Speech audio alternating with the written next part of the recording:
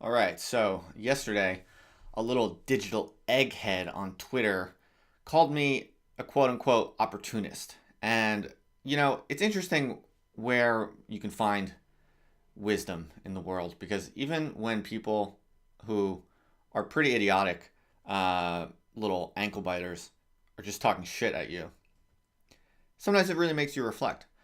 And so, for whatever reason, I was reflecting on this and I was thinking, am I an opportunist? And I had a few sort of observations that I think are worth sharing. So the first is that opportunism is a weird thing. It's a weird critique because, in one sense, I'm really alert to opportunism and I'm really critically opposed to it.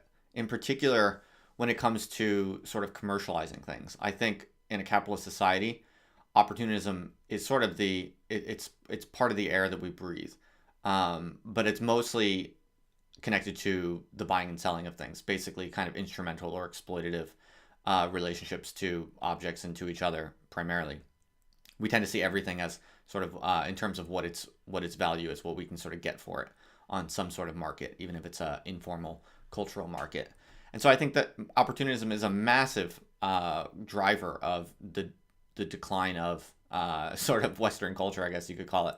Um, I do kind of subscribe to that declinist kind of Frankfurt School thesis that capitalism and just basic kind of cultural commercial opportunism is a really, really disastrous force that is kind of running in high gear. So on the one hand, I'm very concerned about that, and I everything that I've ever tried to do from a kind of autonomous intellectual uh, uh, perspective has always been explicitly kind of geared in direct opposite intention, at least in my own perspective. So when I hear, to be called an opportunist is something I really had to reflect on. What it made me realize is that, in a weird way, though, there is such thing as a kind of non-exploitative, non-capitalist, kind of genuine, sincere, and healthy form of kind of intellectual or psychological opportunism. And what I mean by that is this. Because when I think about it, there is a little bit of opportunism in some of my thinking and some of my talking and stuff like that recently. There is a little bit of kind of noticing certain opportunities in the culture and pouncing on them. And so I was trying to sort of reflect on that and what that means. And it basically, what the observation that I sort of came to is this, that when we look out at the world and we're trying to make sense out of the chaos that we're all embedded in, you do actually want to sort of look for opportunities for your own thought to advance in some sense. I think our brains are kind of opportunistic in that sense that we're always looking for openings to kind of push through in or push through on. And that is a kind of mental or psychological opportunism that's actually healthy. And in fact, there is a kind of refusal of opportunism, a kind of a certain type of an, almost mimicry of conviction, a certain way of kind of acting as if you're principled, that is kind of like so concerned with not being opportunistic that it's its own form of kind of exploitative trickery of the self and of others. And I think that it basically is, that's been my experience in sort of activist left wing circles.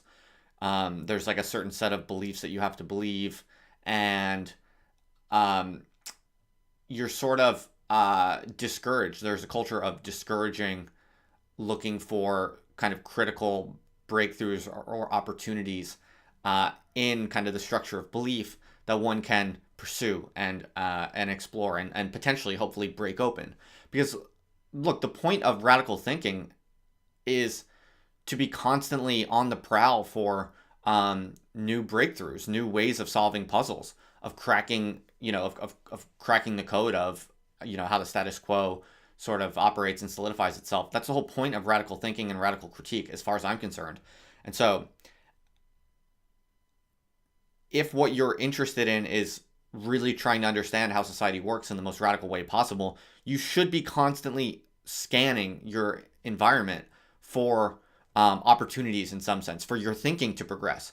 Opportunities in the sense of puzzles to solve, and looking for keys that unlock a set of puzzles that you might be kind of confused or paralyzed by.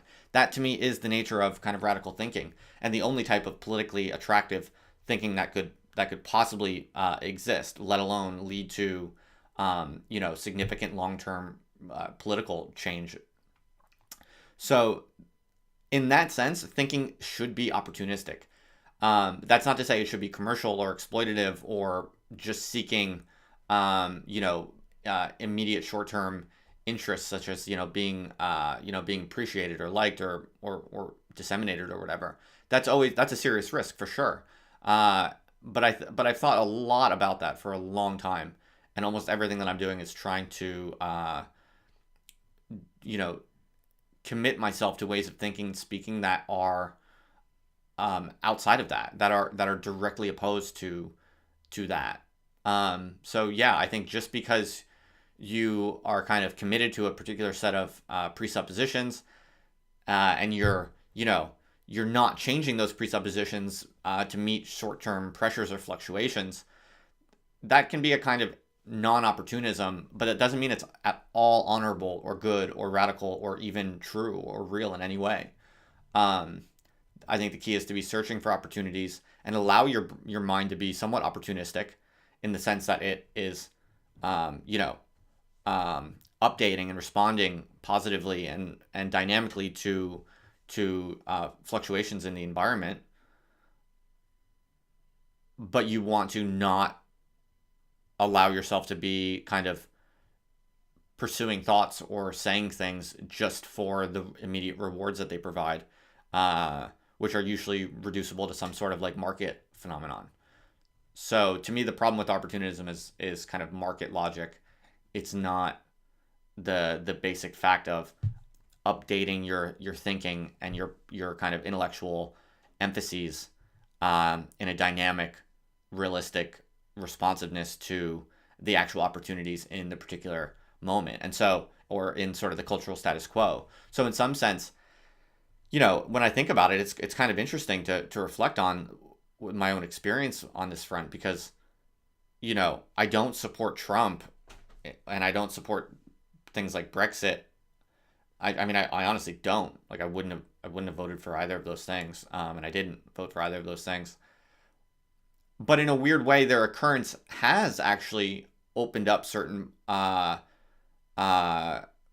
vistas in my perspective, because when you think about sudden, anomalous, unexpected changes in the political kind of macro political status quo, when there are anomalous changes, it should